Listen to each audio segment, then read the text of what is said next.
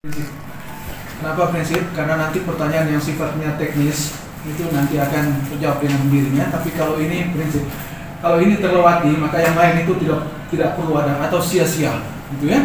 Karena itu izinkan saya sebagai ketua, saya ingin menyatakan insya Allah kita akan menjalankan amanah ini dengan baik, dengan benar, sesuai dengan amanah yang dititipkan kepada kami. Ustadz tadi telah menyebutkan dua malaikat yang mencatat. Saya tadi berdoa mudah-mudahan tidak tambah lagi satu malaikat, yaitu malaikat pencabut nyawa. Itu sudah karena itu insya Allah komitmen itu kita bangun. Saya ingin bilang begini, titip menitip itu manusiawi. Saya hampir 5 tahun tinggal di Eropa, dan titip menitip kalau di Eropa itu namanya reference. Kalau di Indonesia kadang-kadang dia bernama kata belece. Gitu ya. Orang menitip sesuatu untuk menyatakan, si ini bagus. Boleh saja. Tapi nanti bagus atau tidak, itu nanti diukur di proses yang berjalan. Ya. Jadi, karena nanti tidak boleh, kita telah mencap orang salah. Oleh karena orang dekat dengan orang. Oh sini kan temannya sini kan temannya sini. Teman si ini dengan teman sini itu bukan ukuran. Yang menjadi ukuran itu adalah dia itu bisa atau tidak. Sebab kalau kita cari yang tidak berteman dengan orang, maka kita harus mencari orang yang tidak punya teman. Bahasa Perancis itu bunyinya itu ami de mon ami, teman dari teman saya. Dan itu adalah hukum kehidupan. Tidak mungkin orang tidak kenal atau sama. Tapi saya mengerti maksudnya itu adalah teman dalam artian ada sesuatu di balik sesuatu. Begitu ya. Nah, sehingga insya Allah nanti hasil kita insya Allah berkomitmen untuk menjalankan apa yang disampaikan bahwa ini telah ada di sini, tidak boleh begini, kenapa bisa lolos, gitu ya. Mudah-mudahan itu tidak terjadi. Kalaupun dia terjadi, mestinya bisa terjelaskan kenapa begitu. Siapa tahu anggapan kita berbeda dengan fakta hukum yang ada, begitu ya. Supaya kita mendudukan segala sesuatu itu secara proporsional. Sebelum teman-teman datang tadi, saya telah berdiskusi dengan kawan-kawan, dengan teman-teman sekretariat itu pada hal yang sama. Dengan tanyakan begini, karena kami berlima ini ada di dunia perguruan tinggi. Kalau teman-teman ikuti media terakhir, ada satu rektor yang kena masalah di Sumatera, itu kemudian berkembang kepada pihak-pihak tertentu yang menitipkan nama mahasiswa untuk bisa masuk dalam perguruan tinggi. Ikuti tidak itu perkembangannya. Itu yang saya ingatkan kepada kawan-kawan. Insya Allah kita bisa menjalankan amanah ini dengan baik. Itu komitmennya. Bismillah. Ya, terima kasih. Saya tambahkan sedikit, Bapak Ibu. Tadi saya mengatakan bahwa aspek yang kita lakukan penilaian itu ada 4 aspek dari pendidikan, pengalaman penulis, pelatihan, karya tulis ilmiah. Jadi hasil dari kami mengikuti BIMTEK kemarin memang kami akan melakukan penyeleksian tiga tahapan. Seleksi administrasi itu 10 kali kebutuhan, dari sekian ratus itu kita akan memilih 50 orang ya, 50. Kemudian ada seleksi tertulis dan tes psikologi. Kemudian ada seleksi tes kesehatan dan wawancara. Kegiatan seleksi ini juga bukan keseluruhan ditentukan oleh tim sel, tetapi itu kami bermitra. Seperti misalnya seleksi tertulis. Jadi saya mulai dari seleksi administrasi. Seleksi administrasi kita mengambil 10 kali kebutuhan itu. Memang kita melihat dari tingkat pendidikan, pengalaman kepemiluan, pelatihan dan karya tulis. Di situ ada mungkin bisa tidak bisa terlihat bahwa orang-orang yang memang sudah berkecimpung di dalam kepemiluan itu mungkin punya nilai yang tertinggi, karena penilaian memang sudah dengan pengkategorian, pemungutan dan penilaian dengan nilai masing-masing. Tadi kemarin kami sudah mengikuti BIMTEK, kemudian seleksi tertulis itu tim sel tidak mempunyai wewenang penuh untuk menentukan siapa yang, tetapi itu ditentukan oleh diri masing-masing orang tersebut karena ada CAT yang mereka ikuti. Jadi dengan tertulis dengan CAT dengan digitalisasi serta tes psikologi, demikian juga untuk seleksi tes kesehatan. Jadi tes kesehatan juga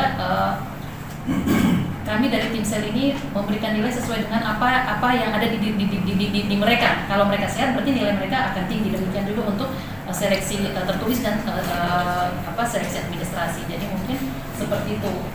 Kami mungkin hanya wawancara ya Pak ya, yang penuh itu ya Pak Ketua ya.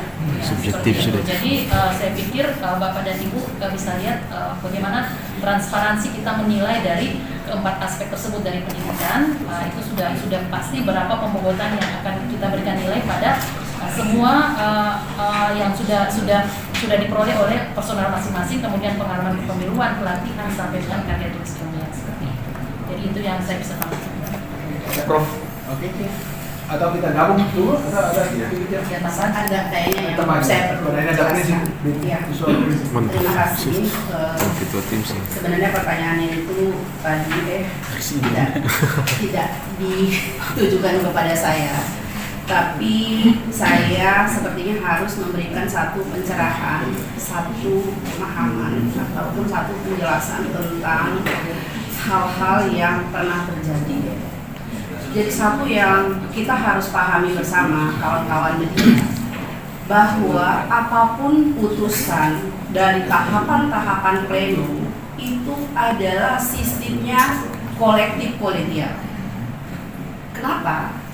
Apapun putusan kami itu bukan putusan pribadi ketua Pak Dr. Nur Sangaji atau Dr. Wicayanti atau Pak Dr. Gani atau Pak Rektor Pak Taufik Bidul. Itu semua kami melalui pleno, kami putuskan bersama.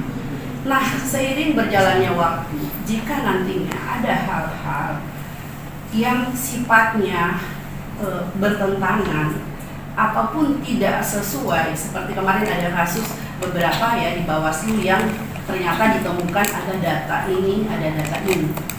Tapi pada saat kami pleno itu, kendalanya adalah kami tidak punya waktu mencari atau men-tracking siapa sebenarnya yang bermasalah ini dan seperti apa, itu satu kendala. Nah, kemudian di saat kami memutuskan, terus baru masuk semua tanggapan masyarakat. Kemarin di KPU, 6 orang yang kami kirim, itu justru kami menunggu sekian hari baru masuk. Kami tidak bisa lagi menganulir keputusan itu selain kami mengirim berkas masukan ke pusat. Silakan pusat itu memutuskan seperti apa. Kami pada waktu itu sisa melampirkan semua tanggapan-tanggapan masyarakat, berkas-berkas dan lain sebagainya, itu pusat yang tentukan di sana. Nah, karena memang kami dikejar oleh waktu, terkadang kami tidak punya waktu lagi untuk turun, misalkan men-tracking si ini, si itu biasanya kami sudah tidak punya waktu. Tapi tetap kami akomodir terus. Bahkan ada pada waktu itu kami tidak sempat memanggil, kami Zoom, ya, karena orangnya di Parigi. Ya, kami Zoom pada waktu itu, kami klarifikasi semua. Sebenarnya apa yang terjadi, sebenarnya apa. Nah, kalau memang orangnya juga bisa memberikan satu tanggapan, satu jawaban, satu klarifikasi, dan kami putuskan di pleno bahwa ini harus terus berjalan. Kita tidak bisa misalkan seketika itu memberikan satu keputusan bahwa orang itu tidak bisa sampai di situ, itu tidak bisa karena ada hal-hal yang dia bisa pertanggungjawabkan seperti itu. Nah, lanjut dari media itu. Kami itu sangat-sangat berterima kasih dengan adanya kawalan-kawalan seperti itu, dengan adanya ini kan kita ini selalu dikawal, selalu diingatkan. Nah, kalau urusan titip menitip atau sebagainya ya seperti tadi Pak Ketua sampaikan, itu manusiawi. Jika ada orang mengatakan si ini lebih bagus, si itu lebih bagus, si apa lebih bagus. Tapi yang saya perlu tegaskan di sini adalah ada pertimbangan-pertimbangan khusus yang terkadang kita itu melihat dari beberapa aspek. Ya. Nah, sekarang si ini bersih dan apa, tidak ada apa. Tapi misalkan dari segi kemampuan, dari segi persyaratan-persyaratan lainnya juga tidak masuk seperti itu. Nah, kemudian jika ada yang bermasalah, tapi dia juga menunjukkan bahwa saya dari DKPP ada ini, tapi saya sudah dipulihkan, sudah di apa, ini buktinya. Lah, kalau ada yang seperti itu, ya kita tentu tidak berhak untuk misalkan langsung mendiskualifikasi orang atau tidak mengikutkan pada tahap selanjutnya. Kami tetap mengikutkan pada tahap-tahap selanjutnya karena memang itu masih punya hak untuk mengikuti itu, seperti itu. Jadi memang terkadang banyak hal-hal yang bagi kami itu sulit karena memilih 6 orang ataupun nanti 10 orang dari 100 atau 200 yang terbaik itu memang tidak mudah, tidak gampang. Iya. Jadi mungkin agak keliru kalau misalkan ini ada titipan si ini, ada titipan si itu, ada apa? Karena kami juga bekerja profesional. Ya jujur kemarin banyak yang tidak lulus, yang orang harapkan, masyarakat harapkan itu lulus.